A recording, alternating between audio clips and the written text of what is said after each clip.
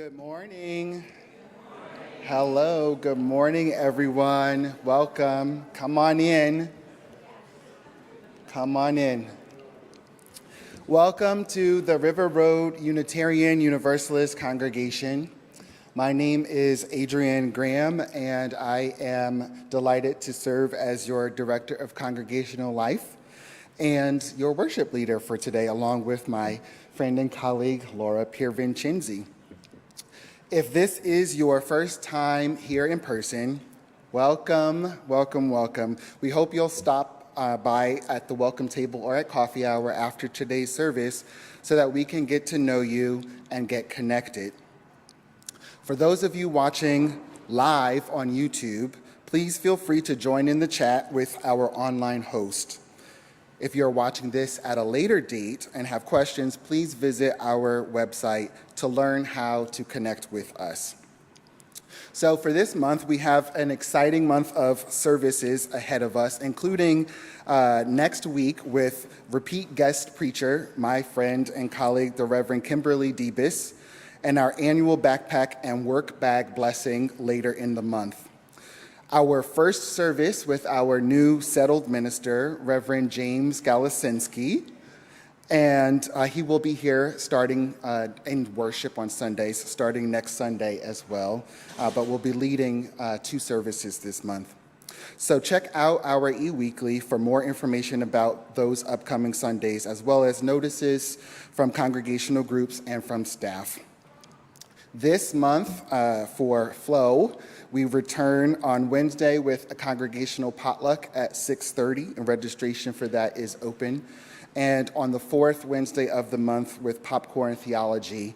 I'm not sure if registration for that is open or not, but it will be shortly if it is not. So those are some opportunities for you this month to get together in community. Details for all of our programs and upcoming events can be found on our website at rruuc.org. Now for today's service, titled Call and Response, we are going to ask everyone to participate in the creation of this service. We will call and respond one to the other in a participatory and shared experience of creating worship today. And with that, I welcome you, I welcome you, I welcome you.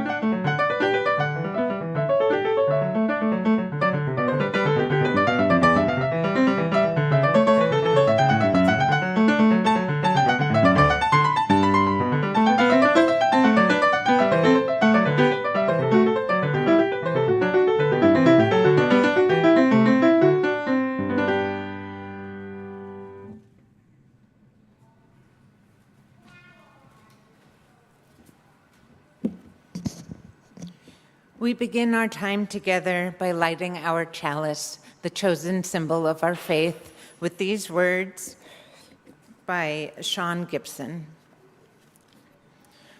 We light our chalice in the spirit of transformation. Nothing stays the same. Everything moving, shifting, changing. Guide us all to a wild and holy vision of our shared humanity.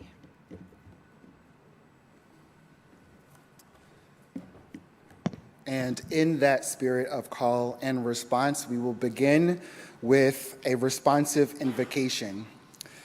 Your words are, "We speak the language of love." And we'll give you a cue for when that comes in. We arrive from many different experiences and backgrounds. Some of us have trouble speaking. Others are so young that they're still learning to talk. Some of us speak English as a second language. and others of us can speak several languages. All of us share this in common. We speak the language of love. In the moment before worship begins, and again when we return to the service of life, we greet one another with kind words, we chat about the days behind us and days to come, and we speak the language of love.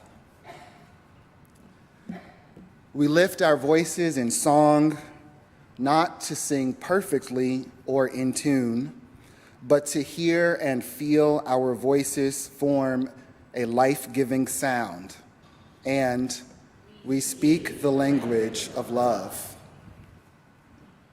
We form a web of compassionate listening when individuals among us, embodying vulnerability, name the fears that grip their hearts, the joys that buoy their spirits. We speak the language of love. At times, our voices clash. We disagree. Tension enters our voices as we make room for different beliefs, different opinions, different perspectives. Through it all, it's our intention that we speak the language of love. In this congregation, we welcome a multiplicity of truths and invite them to be named out loud. We prophesy, summoning the age when justice and peace will be evident all around us, and we speak the language of love. Let us worship together, making room for one another as whole beings, tender hearts, hungry spirits, and curious minds. With our actions and with our words, let us speak the language of love. And now we will sing together our opening hymn, number 360, Here We Have Gathered.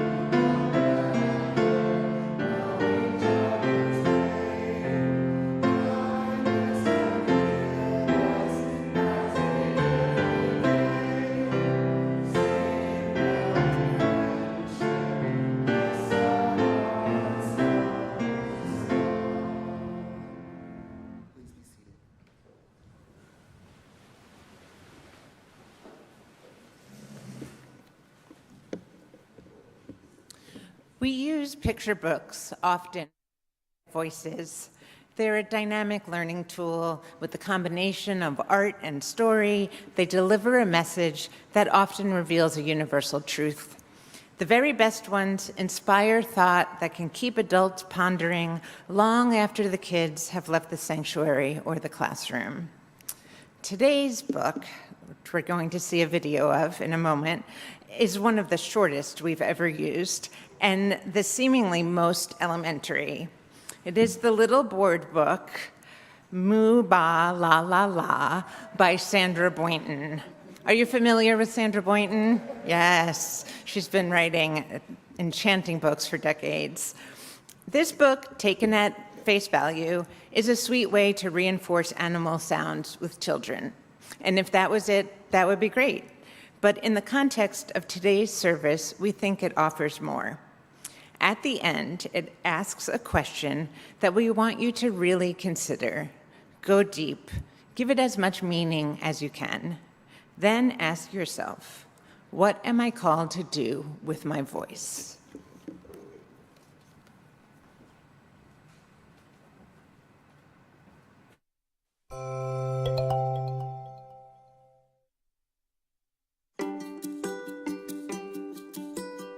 Moo Ba La La La by Sandra Boynton. A cow says, moo. A sheep says, ba. 3 singing pigs say, la, la, la. No, no, you say, that isn't right.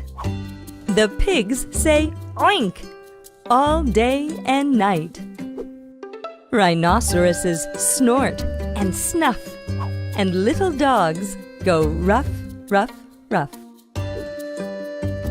Some other dogs go bow, wow, wow. And cats and kittens say meow. Quack, says the duck. A horse says neigh. It's quiet now. What do you say?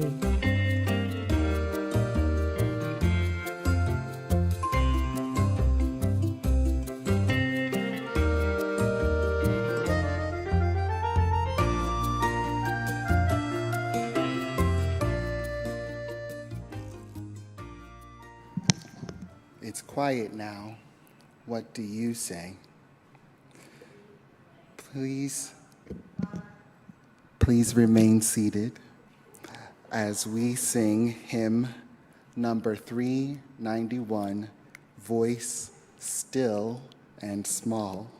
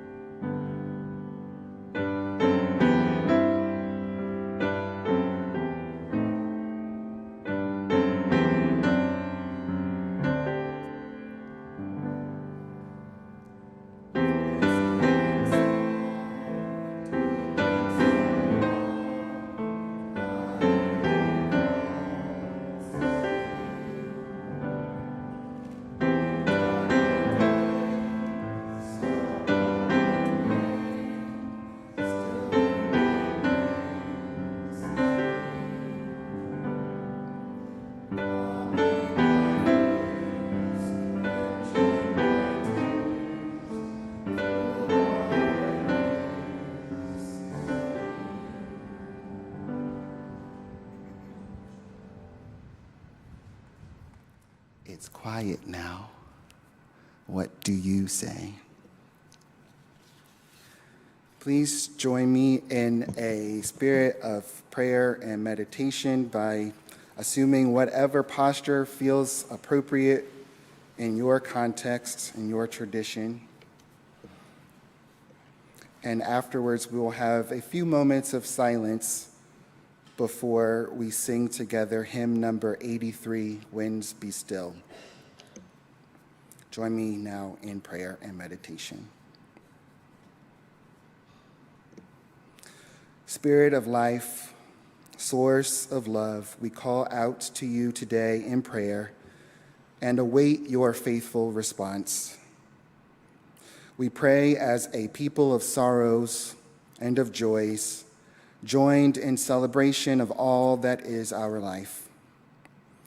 We lament the realities of war and strife, of thirst and hunger, of sickness and impoverishment, and all ills that manifest themselves daily in our lives, in our homes, in our communities, and in our nations. Whisper love in our hearts. Hold us in your embrace. Remind us that all is not lost and that we are not alone. We bemoan the bluster and bloviation of leaders who do not serve their people, but only themselves, and the systems of oppression that keep humanity from achieving its potential. Whisper love in our hearts, hold us in your embrace, and give us the strength and endurance to build relationships that uplift and enhance. We join in sorrow to mourn and celebrate the lives of those who have died recently, including Audrey Nadine Tillman Wimmer, mother of Mandy Wimmer O'Brien, who died in late July. We hold Mandy and her family in love as they grieve this week and in the days ahead. Spirit of life, source of love, whisper that love in our hearts. Hold us in your embrace. Remind us that all is not lost and that we are not alone. We also celebrate joys, the births of several new grandchildren, the arrival of our next settled minister, the Reverend James Galasinski, and many other joys, spoken, known, unspoken, unknown. We listen for your voice. We speak ours. If you feel so moved, please speak aloud a joy or sorrow that you wish to share and have held in this community. If you are online, feel free to share in the chat as well.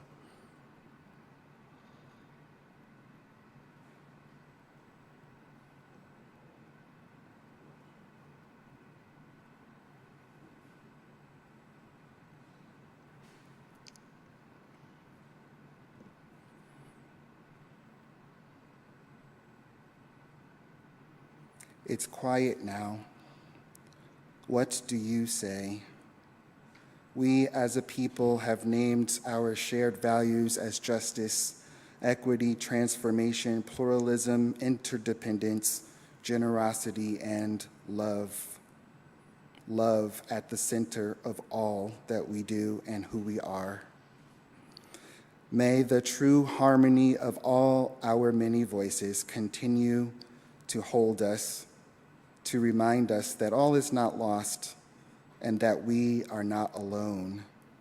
We call, we listen, we respond. May it be so, and amen. Please hold a few more moments of silent meditation before we begin. Again, hymn number 83, Winds Be Still.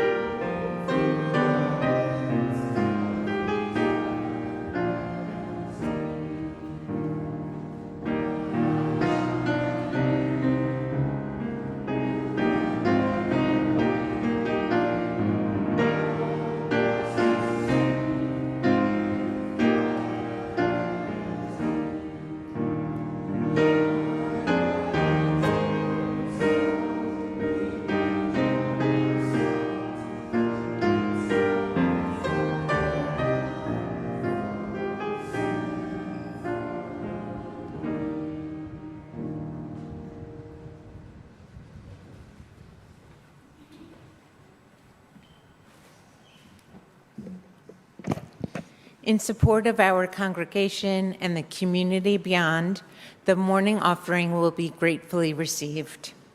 If you are new here, please feel free to let the basket pass you by. Your presence is your gift to us.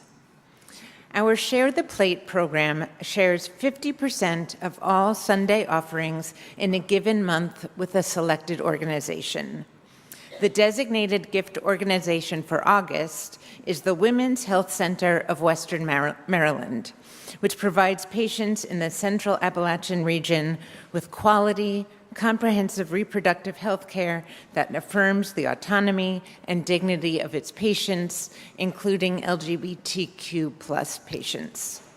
To learn more about why we give of our financial treasure, visit our website at rruuc.org. There you can find information on our vibrant programs and all the ways to connect to the vision and mission of this community. You can also give right there on the main page by clicking the blue Give Online button. You can also text to give. The text to give number is 73256. Text RRUUC and the amount you'd like to give to the number 73256. You'll receive a link to complete your donation. Thank you for sharing your time, talents, and treasure.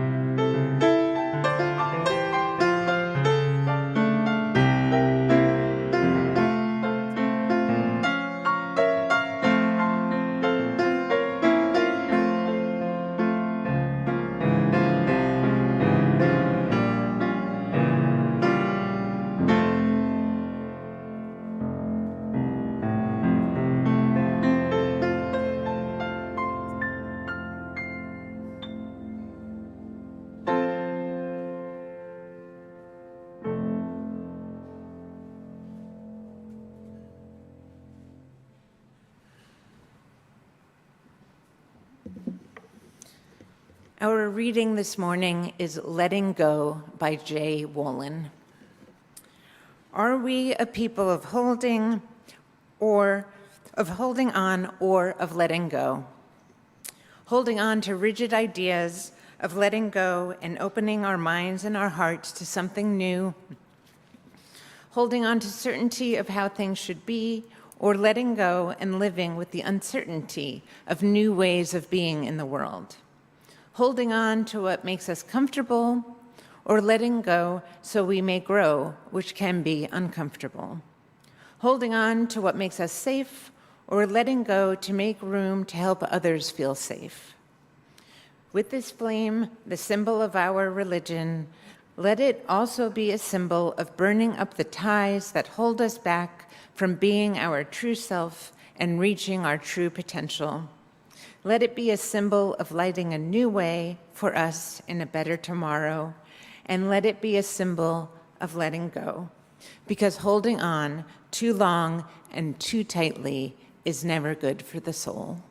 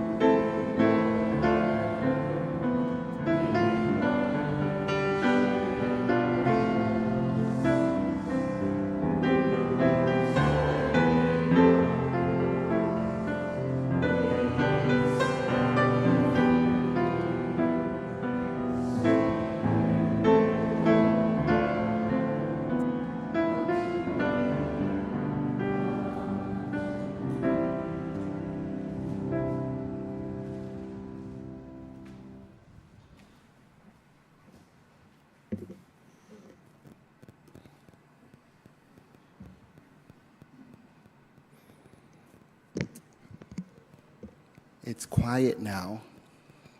What do you say? I'm going to tell you a couple stories, and I'm going to try to make this brief. And then we're going to continue in our shared experience of crafting this service together. I can remember the very first time I was asked in my home church, my Unitarian Universalist congregation, the first Unitarian church of Baltimore. I remember the first time I was asked to give a homilette, a brief reflection in our parish hall on stewardship. It was during our annual campaign, and I was asked to speak on giving of our time and talent and treasure to our community. At the time, I was in my early 20s. I had just moved to a new state where I knew very few, if any, people, and I was severely underemployed, and I didn't have a lot of money to give. But I was asked to speak to stewardship because there's more to caring for one's community than finances, although finances are a very important and integral part of sustaining the life of a community such as this. In any case, I shared in that brief reflection how growing up in a Protestant denomination, I had the experience, like we just did a few moments ago, of having a plate or a basket or some other recipient shared and passed down the pews from front to back or back to front, depending on the congregation. And it was instilled in me from a very young age that when that basket or plate came by, that you had to put something in. I was very aware of other folks' eyes on me to see whether I had something to contribute. And whether it was intended or not, the implicit result was that I learned to be shamed if I did not have something to put in. Not only that, but when the money was collected, I had no idea where it went. Imagine, if you will, a white chancel with stained glass windows and a pipe organ and 2 doors, one like that, but one on the other side as well. After the offering was received, the ushers took them into the room. I had no idea what happened after that. In fact, that room was never used for anything, as far as I knew as a child, but for holding the money that we put in there.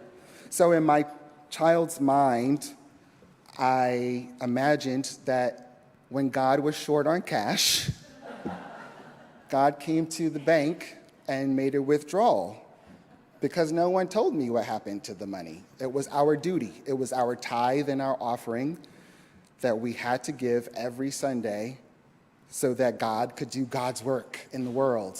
But what did that mean? I had no idea. Asking questions and finding answers was not a regular part of my experience. Maybe it was of yours, maybe it wasn't. It was.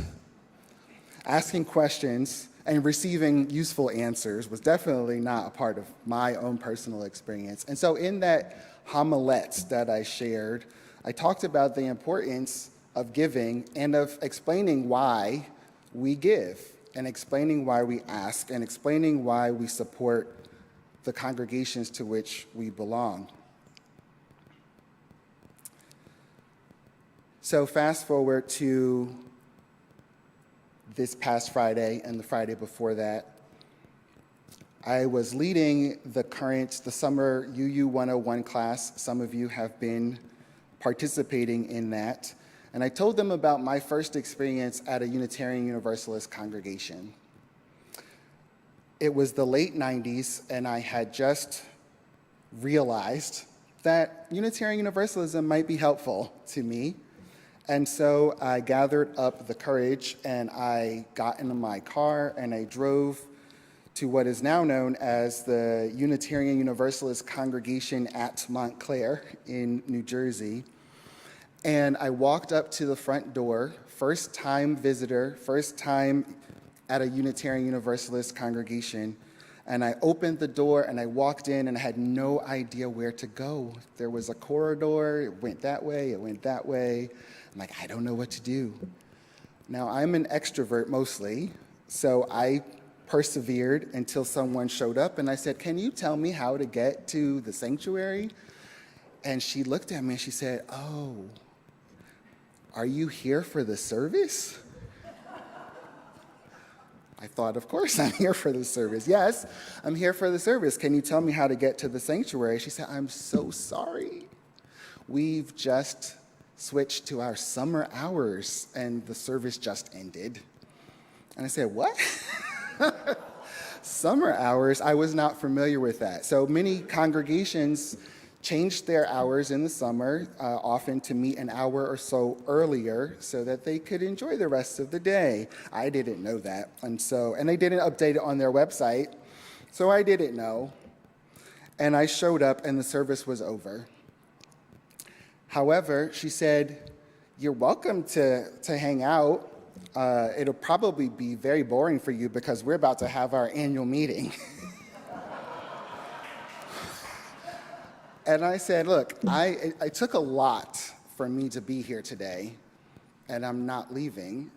And so my first experience of Unitarian Universalism was this congregation's annual meeting. And guess what? I'm still at UU. Do you know why? Because I watched a community of people ask questions and get answers that made sense and grapple with things that they were sorrowful about and celebrate together things that they were joyful about. There was this call and response in the community that was life-giving and affirming, and I really appreciated it. It's not to say there wasn't anything of value and benefit in the communities of origin in my life, but this was different, and it was new, and it was what I was looking for. So I'm sharing this with you in a service called Call and Response to highlight the importance of being present and known, of using your voices to call out your values into the world, to make a difference in people's lives, to make a difference in our lives, to be bold so that those values that we say we share have life in the world, that they have real presence in people's lives. But not only do we have the responsibility to make a call, but the part that's not explicit in the title of today's service is that we have to listen. And in order to listen, we have to still our own voices sometimes so that that voice, still and small, can be heard. We have to yield the microphone sometimes so that we can hear other voices. Some of you have spent some time this year with me in a practice that I have framed as divine encounter. It is based on the ancient Christian spiritual practice known as Lectio Divina, or divine or spiritual reading. It is a method that folks have used for millennia for grappling with sacred scripture, with texts, to listen for the voice of God in their language, speaking to them from the text, between the lines, outside of the text, in the context of their cultures. But we have to be quiet sometimes to hear that voice speaking to us.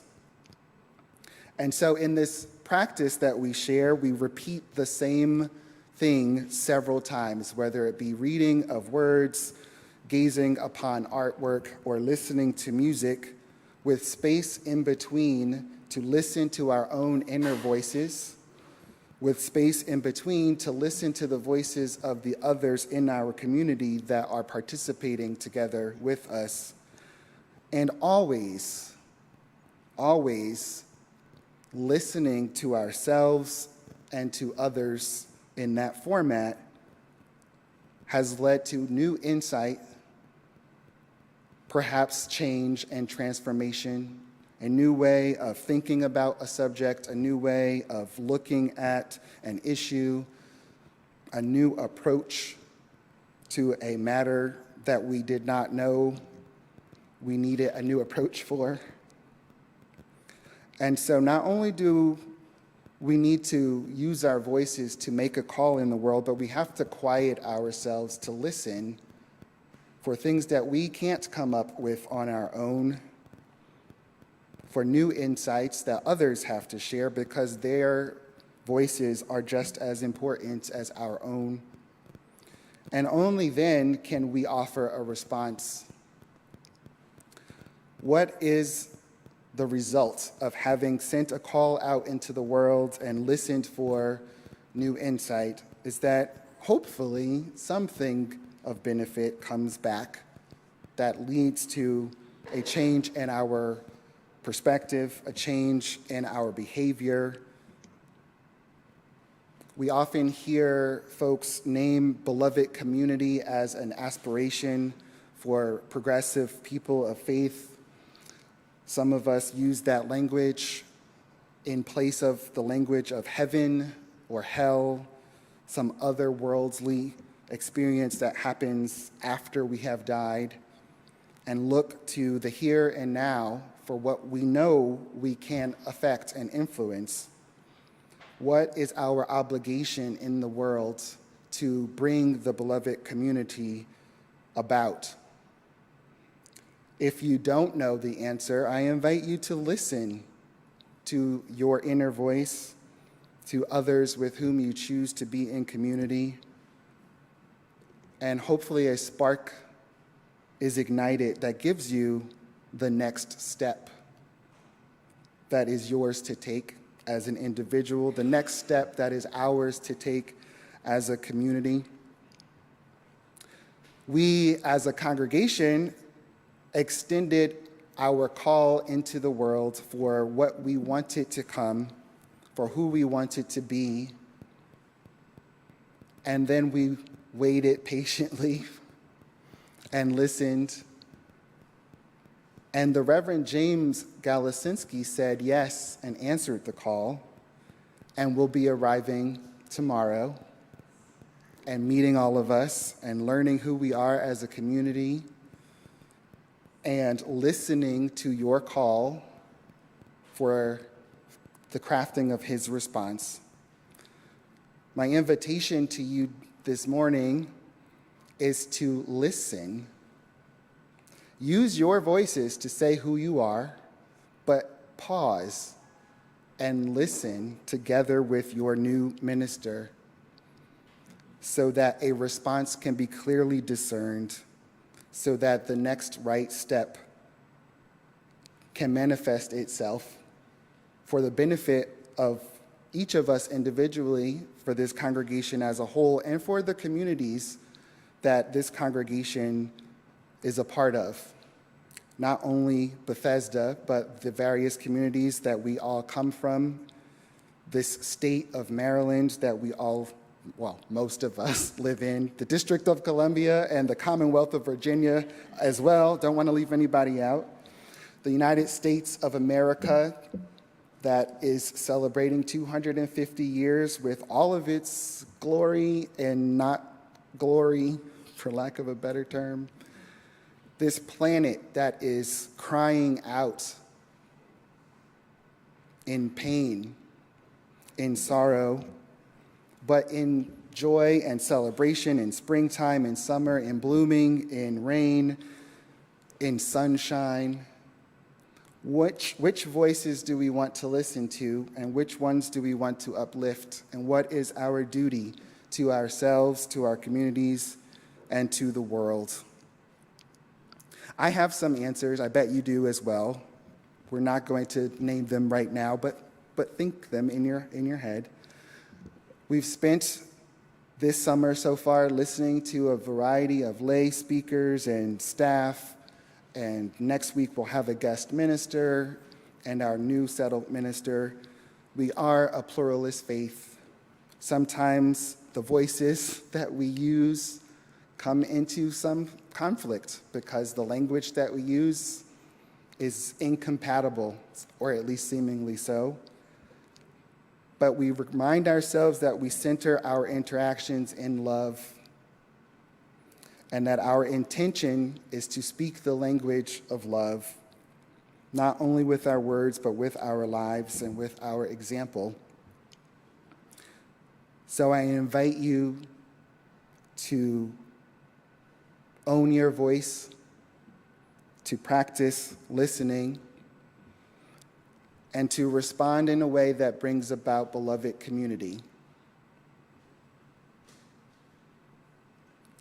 Call, listen, and respond. We, as progressive folk of liberal religion, and I say that in a religious context, not a political context, although there is great overlap, we cannot allow regressive and fundamentalist voices to be the only voices that are heard. We cannot let their calls of Christian nationalism and white supremacy and other systems of oppression be the ones that take up all the room in everyone's hearts and minds. We have a duty to use our voices to confront hatred with love, because that is who we say we are, and it can only be so if we make it so. And so,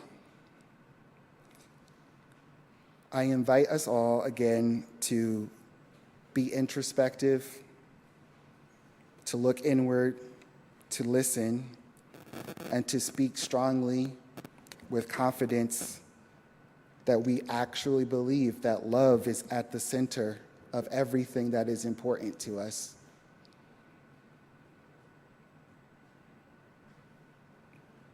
That is my invitation.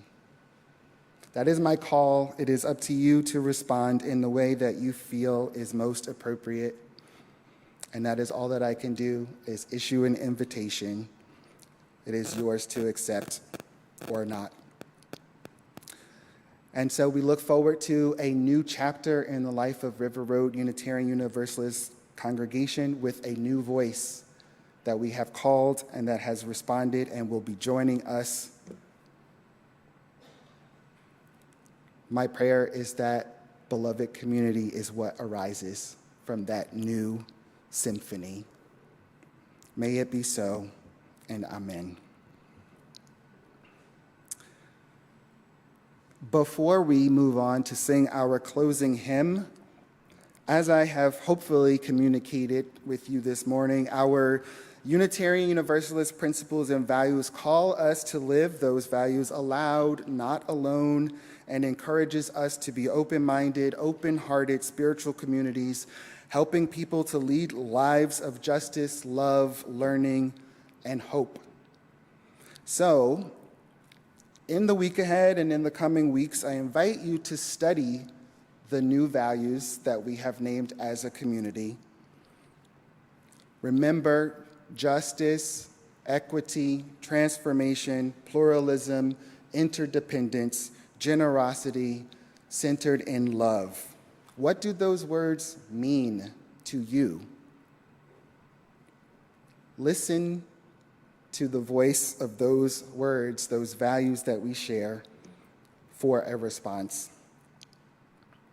Remember justice, equity, and love, and all of the others in your actions and in your interactions with other people and with other beings in the world. Reflect on what it means to let go, to not hold on too tightly, so that you can make room for something new, something great. And also come to the Flow Potluck on Wednesday and to Popcorn Theology on the fourth Wednesday of the month. These are invitations to you to connect with one another to share your voices in community, because in the end, that's what we're here for. At least that's what I assume you're all here for. So let's do the thing. And in closing, I invite you to rise in body or spirit and sing hymn number 346. Come sing a song with me. We will sing verses 1, 2, and 4. Hymn number 346.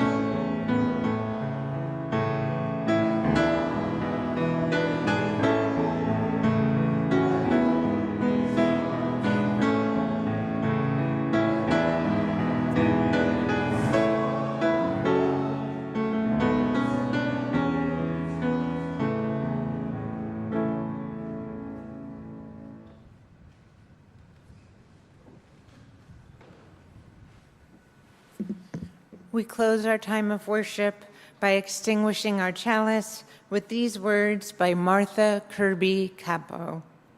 Our time together is finished, but our work is not done. May our spirits be renewed and our resolve strengthened as we meet the challenges of the week to come. The chalice flame is extinguished until we ignite it again with the spark of communion.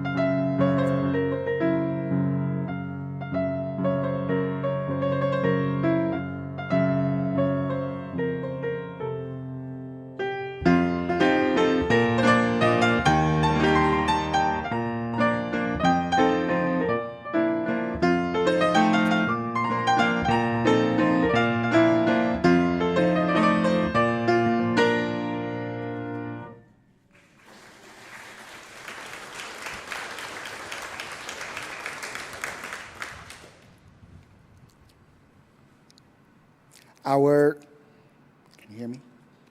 Our words of benediction today are from Eric Walker Wickstrom, who wrote, If you are who you were, and if the person next to you is who he or she or they was before, if none of us has changed since the day we came in here, we have failed.